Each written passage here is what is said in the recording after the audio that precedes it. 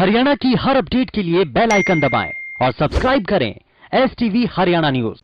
नमस्कार, आपका जिला आपकी खबर देख रहे हैं आप सभी। मैं हूं अनामिका अजय मिश्रा। भिवानी पहुंचे कृषि मंत्री जेपी दलाल ने बड़ौदा उपचुनाव में जीत का दावा करते हुए विरोधियों पर जमकर निशाना साधा। इस दौरान उन्होंने बल्लभगढ़ में निकिता हत्याकांड के बहाने कांग्रेस पर तंज कसते हुए पूछा कि क्या प्रियंका गांधी अपने भाई को गाड़ी में बैठाकर पलवल जाएंगी, क्योंकि पलवल तो हाथरस से भी नजदीक है। इस दौरान उन्होंने अभय चौटाला के उस बयान पर पलटवार किया जिसमें उन्होंने बड़ौदा में बीजेपी की हार के साथ सरकार की उल्टी गिनती शुरू होने की बात कही थी। उन्होंने अभय के इस बयान को जुमलेबाजी करार दिया। वहीं किसानों पर बोलते हुए कृषि मंत्री ने कहा कि दिवाली से पहले उन्होंने कहा कि दिवाली से पहले किसानों के खाते में उनकी फसल के पैसे होंगे। इस दौरान उन्होंने अपने सरकार की उपलब्धियां भी गिनाई।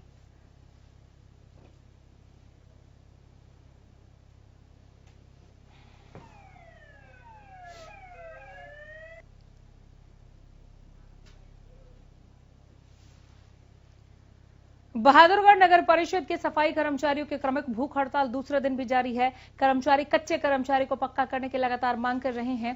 साथ ही कर्मचारी ठेका प्रथा खत्म करने और सफाई कर्मचारियों को नगर परिषद के पेरोल पर रखने की मांग कर रहे हैं। कर्मचारियों का कहना है कि सरकार कच्चे कर्मचारियों को हटाने की बजाय जनसंख्या के हिसाब से कर्मचारियों की नियुक्ति करे।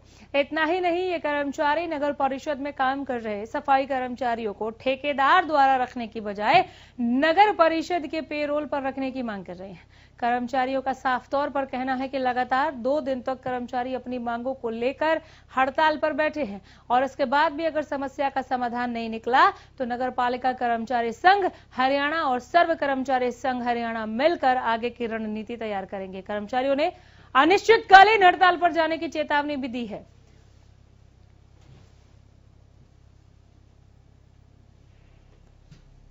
आज हमारी 29 तारीख को दूसरे दिन भी 24 घंटे की कर्मी की भूख हड़ताल जारी है और सरकार से जो हमारा 25 अप्रैल को समझौता हुआ था, सरकार ने उसके पत्र जारी नहीं किए। फिर 17 अगस्त को सरकार से फिर हमारा बातचीत हुई, समझौता हुआ, लेकिन सरकार ने अभी तक पत्र जारी नहीं किया। इसलिए मजबूरी में हमने आंदोलन करना पड़ा। उसके बाद 8 नवंबर को हम अम्बाड़ा जाएंगे।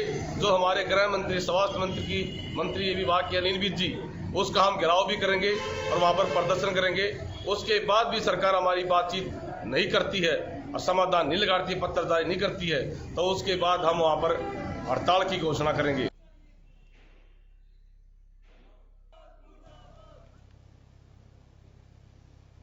बहादुरगढ़ में बलात्कार पीड़िता के घर आरोपी अपने परिवार के साथ पहुंचा और पीड़िता और उसके परिवार के साथ मारपीट की। मारपीट का वीडियो वायरल हो गया। वीडियो में साफ तौर पर देखा जा सकता है कि किस तरह से अमानवीयता यहां पर हुई है। आरोपी अपनी दबंगाई दिखाते हुए पीड़िता और उसके परिवार के साथ जमकर मारपीट कर रहा है, परिवार समेत मारपीट कर रहा है। आपको बता दें कि पीड़िता की शिकायत पर 3 लड़कों के खिलाफ अगस्त महीने में शिकायत दर्ज की गई थी। इसी मामले को वापस लेने का दबाव लगातार पीड़िता और उसके परिवार पर बनाया जा रहा है। आरोपी अपने परिवार के साथ पीड़िता के घर इसी सिलसिले में पहुंच गया, धमकाने लगा।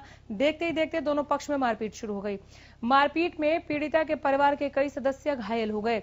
वहीं पीड़ित परिवार का कहना है कि इससे पहले भी फोटो और वीडियो लीक करने के नाम पर ज्वेलरी और पैसे लिए जा चुके हैं। मेरी बेटी का केस चल रहा है, रेप का और ज्वेलरी वगैरह का। इन लोगों ने मेरी बेटी के साथ रेप किया है। 3 लोग हो रहे हैं और एक ये वकील का लड़का। हम थाने के चक्कर भी लगा चुके हैं बहुत ज्यादा। PSI अंजू हमारा कुछ नहीं कर रही। DSP, SP जब तक पता नहीं कितनी RTI और हमारा केस भी यहाँ पे बोले बंद होने की कगार पे आ रहा है।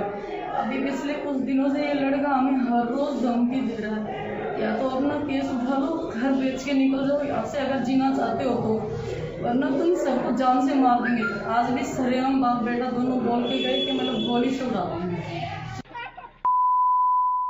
तो सुना आपने क्या दर्द है इस परिवार का, और इस दर्द पर लगातार नमक छिड़कने का काम आरोपियों की तरफ से किया जा रहा है। आरोपी अपने पूरे परिवार के समेत पहुंचा। एक बार फिर से धमकाया गया, डराया गया, केस वापस लेने के लिए दबाव बनाया गया, लेकिन मना करने पर मारपीट की ये तस्वीरें सामने आई।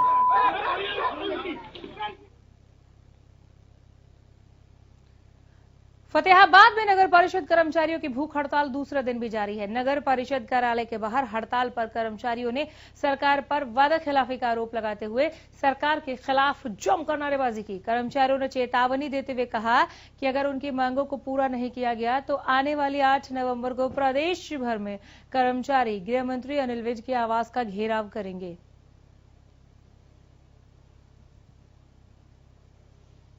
के बाद में महानिदेशक है जो हरियाणा का निकाय वाला, उससे बातचीत की। उसके बाद भी हमारी मांगों पे कोई गौर नहीं की जा रही। मांग हमारी लंबी चौड़ी नहीं है। कच्चे कर्मचारी को पक्का करने की बात है, समान काम समान वेतन की बात है। यही है कि मतलब हमारे कर्मचारियों को इंसाफ मिले, इसलिए यही जन आंदोलन है।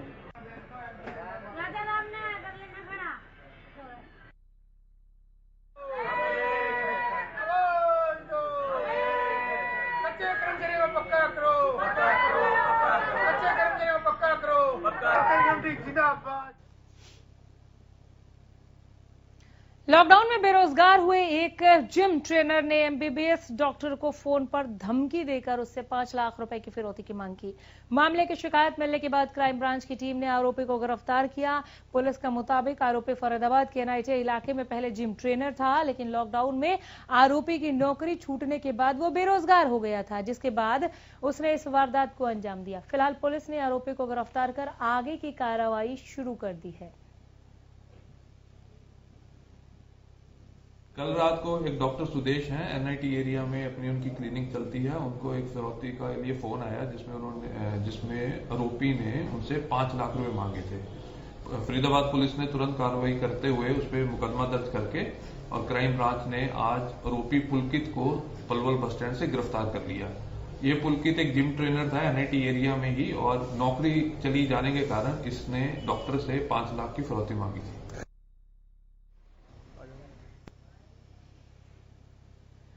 किसान आंदोलन के चलते पंजाब जाने वाली ट्रेनों को रद्द कर दिया गया है। इसमें कई पार्सल स्पेशल ट्रेनें भी शामिल हैं। ट्रेनों का संचालन बंद होने से पंजाब, जम्मू कश्मीर, शिमला के लिए डाक नहीं जा पा रही थी, लेकिन डाक विभाग ने निजी गाड़ियों का संचालन शुरू किया, जिसमें 10 गाड़ियों का संचालन विभिन्न रूटों पर किया जा रहा है, जो कि समय समय से अंबाला रेलवे स्टेशन के आरएमएस से डाक लेकर आना जाना कर रहे हैं। ट्रेनों का संचालन बंद होने से रेलवे ने डाक लेना बंद कर दिया है। जो आरएमएस द्वारा आ रही हैं डाक को निजी गाड़ियों से भेजा जा रहा है।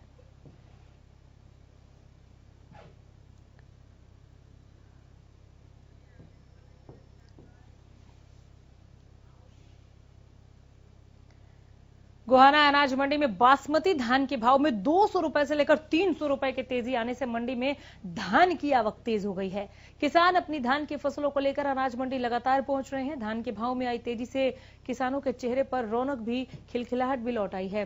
मंडी में धान की आवक एकदम से बढ़ गई है। किसान अपनी फसलों को घरों और खेतों से लेकर मंडी तक पहुंच रहे हैं। मंडी में एकदम से आवक बढ़ जाने से एक बार फिर मंडी से लेकर सड़कों पर जाम की स्थिति पैदा हो गई, जिसके चलते मंडी के बाहर घंटों लंबा जाम लगा रहा।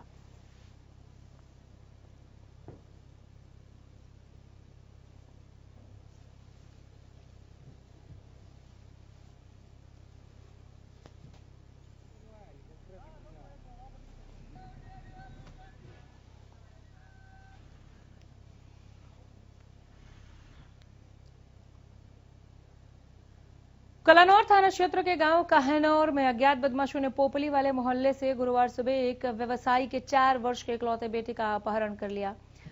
घटना के बाद पूरे गांव में सनसनी फैल गई। काहनौर के पोपली वाली गली में रहने वाले किरियाना व्यापारी शंकर चचड़ा बुधवार रात को अपने इकलौते बेटे दिव्यांश और अपनी पत्नी के साथ अपने कमरे में सो रहे थे।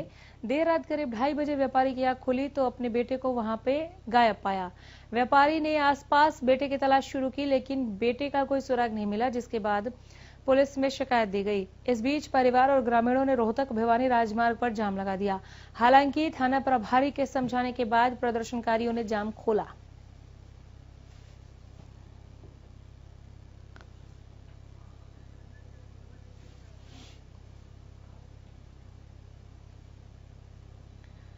पूरे भारत में शहीदों की याद में 21 अक्टूबर से 31 अक्टूबर तक अलग अलग जगहों पर कार्यक्रम आयोजित किए जा रहे हैं। मधुबन डायरेक्टर और डीजीपी हरियाणा के निर्देशों के अनुसार हरियाणा के अलग अलग जिलों में भी कार्यक्रम आयोजित किए जा रहे हैं। इसी कड़ी में सिरसा की पुलिस लाइन में भी कार्यक्रम आयोजित किया गया। सिरसा पुलिसकर्मी और मधुबन से आई ब्रास बैंड की ओर से सिरसा की पुलिस लाइन में शहीदी स्मारक पर शहीदों को श्रद्धांजलि दी गई। इसके बाद शहर के अलग अलग जगहों पर भी जाकर ब्रास बैंड ने लोगों को शहीदों के बारे में जागरूक किया। इस मौके पर सब इंस्पेक्टर रामनिवास ने बताया कि उद्देश्य आज की युवा पीढ़ी को शहीदों के प्रति जागरूक करना है, ताकि युवा भी देश की सेवा के लिए बढ़ चढ़कर भाग लें।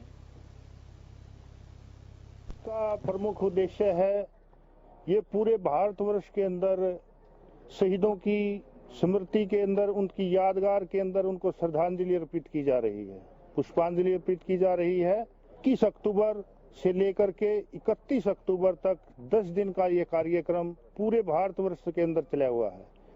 मधुबन डायरेक्टर साहब की तरफ से, डीजीपी हरियाणा की तरफ से जो आदेश हुए हैं उसके अनुसार हम ब्रास बैंड लेकर के जिले के अनुसार जिला टू जिला हम ये कार्यक्रम 3 पब्लिक पैलेस पर कर रहे हैं।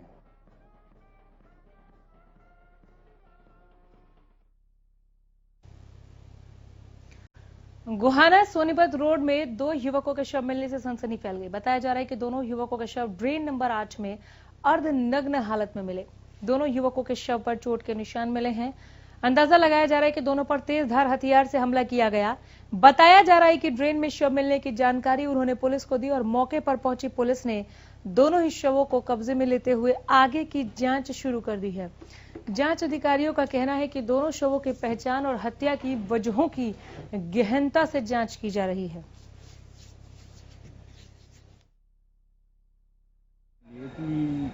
तो डेड बॉडी नहर में तैर रही है, जिस पर पुलिस मौका पर पहुंची और डेड बॉडी को बाहर निकाला तो एक की बजाय 2 डेड बॉडी पाई गई, जिसमें एफएसएल टीम को मौके पर बुलाया गया और इसमें एफआईआर दर्ज कर दी है।